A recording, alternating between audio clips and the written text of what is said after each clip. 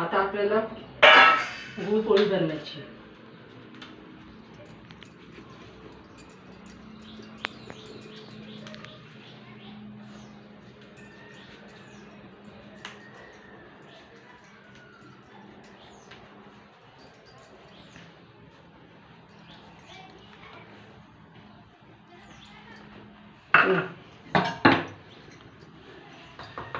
याला लाटायला जास्त पीठ नाही लावलं तरी चालते. हलक्यात लाटायचं, जास्त पातळ पण नाही आणि जास्त जाडसर पण नाही, मिडियम लाटून घ्यायचं.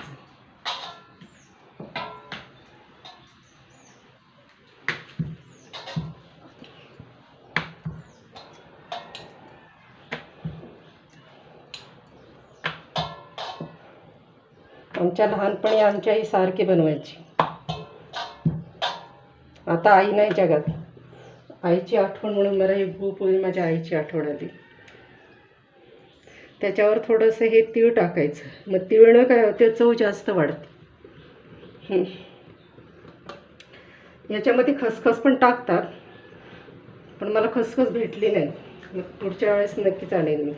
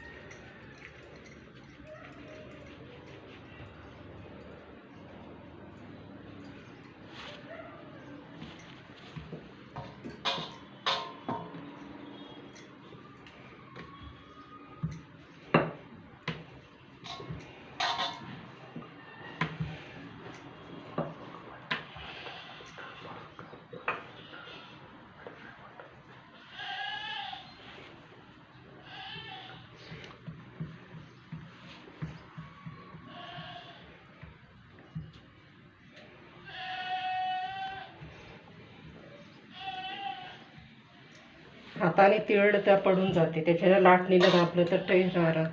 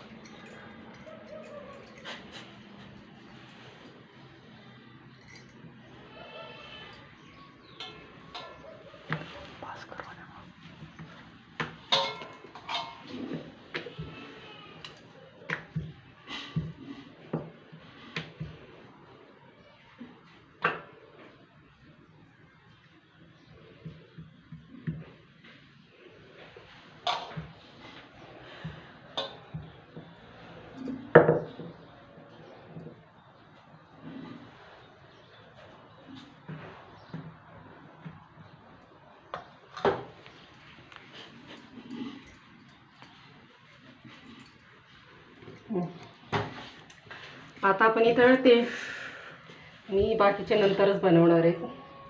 आता ही पहिल्यांदा आपण राहिलेले तेच तळणार. यामध्ये मी 4-5 चमचा तेल टाकलेलं आहे. तेल एकदम जास्त गरम पण नाही करायचं आणि एकदम हलकं हे पण थोडं हे पण करायचं नाही, मिडियमच हे करायचं. कारण कसं आहे की एकदम तळलेल्या तेलात, गरम तेलात जर तळलं तर मध्ये कच्चं राहते, त्याच्यामुळे मिडियम.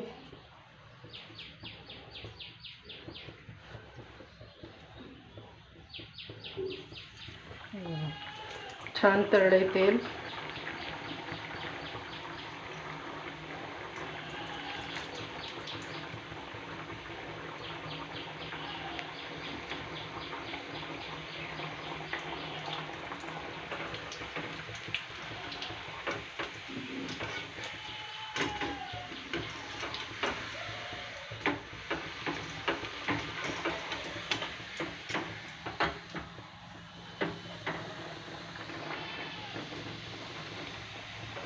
हा तुम्ही बघू शकता आता आपल्या ह्या गुळपोळीच्या हे संघावरती गुळपोळीच्या फुगायला वासाने पाहिजे. काही विद्यार्थी आपल्या खिडकीजवळ येऊन थांबले आहेत.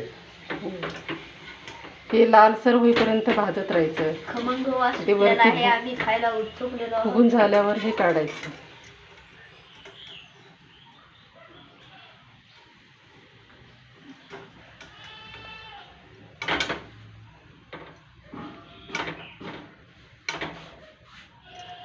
ताट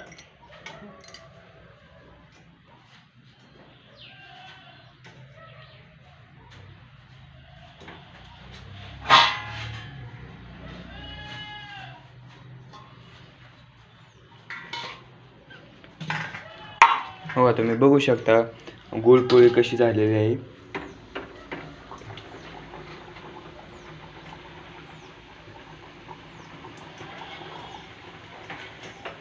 छान खरपूस वास येतोय तिळाचा आणि पोळीचा. आईची चवच वेगळी आहे.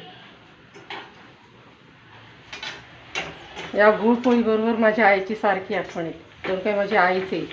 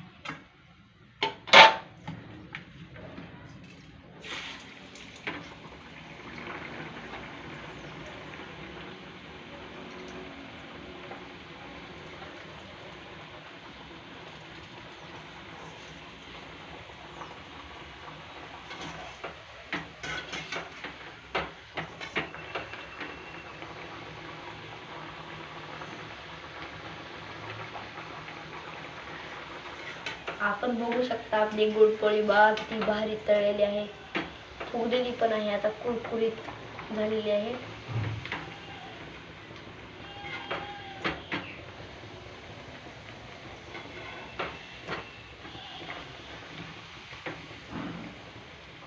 रेसिपी चांगली झालेली आहे. खमंग वास तेल काढून घेतलेलं आहे. किती भारी तळलेली आहे. आता तयार झालेली आहे.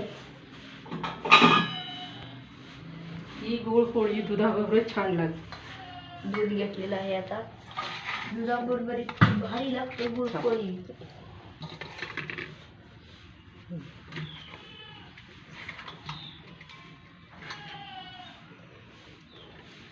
बघू शकता ही गुळपोळी दुधाबरोबर छान लागते. कुठल्या खिरी बरोबर पण चविष्ट लागते, पण दुधाबरोबर खाल्ल्यास जास्त चव लागते. आता मी माझ्या बापूंना दाखवणार.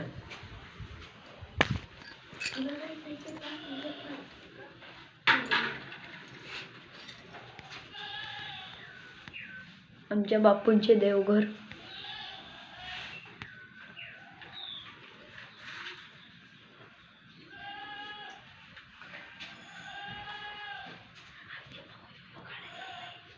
आणि ही गुळपोळी तुम्हाला कशी वाटली प्लीज कमेंटमध्ये तुम्ही सांगू शकता.